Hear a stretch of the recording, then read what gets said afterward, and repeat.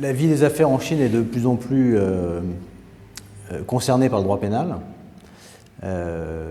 Tout d'abord pour des sociétés ou des personnes qui en sont victimes, contrefaçon, fraude, escroquerie, mais aussi pour des personnes qui sont impliquées en tant qu'auteurs présumés.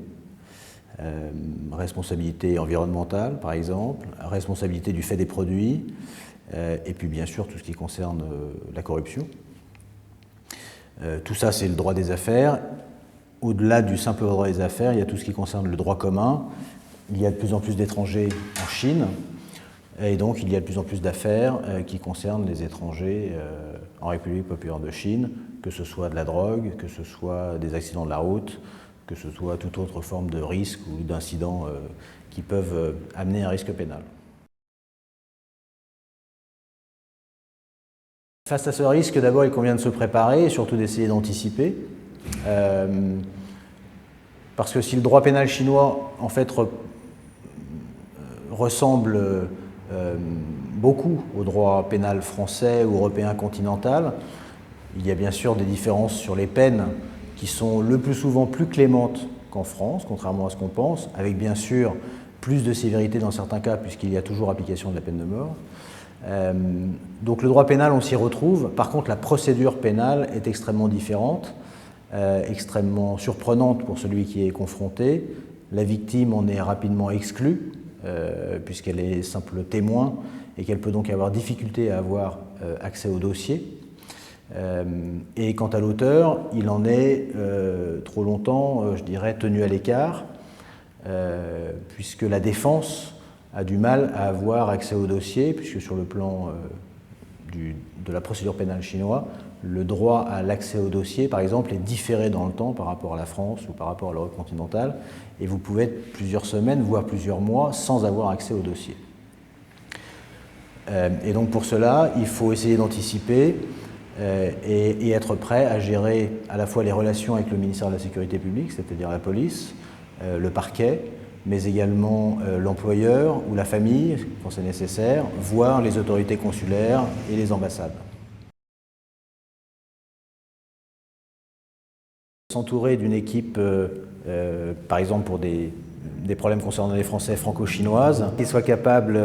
d'abord d'échanger dans les langues maternelles de chacun, le chinois pour avoir accès au dossier, être capable de comprendre ce qui se passe du côté de la sécurité publique, du parquet, et puis français pour savoir ce qui se passe du côté soit de la victime, soit de l'auteur présumé. Être capable d'être en relation avec les autorités diplomatiques, l'entreprise, et puis être capable de faire le lien avec les personnes qui sont basées en France, leur expliquer quels sont de manière précise quels sont les délits ou les incriminations requises, les expliquer au regard du droit français, parce que parfois elles divergent des notions de droit français, et puis surtout avoir un avocat pénaliste chinois qui va pouvoir dûment se faire mandater selon les formes requises qui sont extrêmement précises. En matière environnementale, il est arrivé, à ma connaissance au moins par 2 fois, que des dirigeants français se sont retrouvés inculpés pour crimes contre l'environnement. C'est une incrimination spécifique du droit pénal chinois. Le premier a été condamné à une peine avec sursis sans incarcération du seul fait de sa qualité de représentant légal de l'entreprise qui avait déversé des produits toxiques dans une rivière, sachant que la personne qui était en charge du contrôle qualité, contrôle sécurité de cette usine, qui était une personne chinoise, elle était incarcérée et condamnée à 2 ou 3 ans de prison. Dans une autre affaire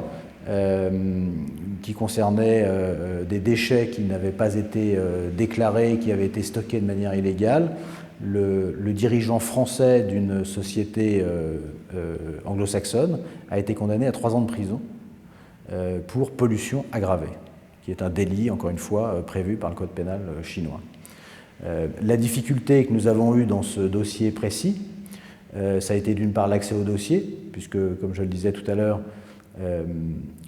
la défense n'a accès au dossier que très tardivement, c'est-à-dire qu'en fait toute la phase d'enquête se fait sans possibilité pour la défense d'avoir accès au dossier. Donc l'avocat n'a le droit à avoir l'information sur les incriminations, les charges retenues et les preuves rassemblées que dès lors que la personne est renvoyée devant la juridiction de jugement. Et la deuxième difficulté que nous avons eue, c'est que, étant donné qu'il y avait eu des décès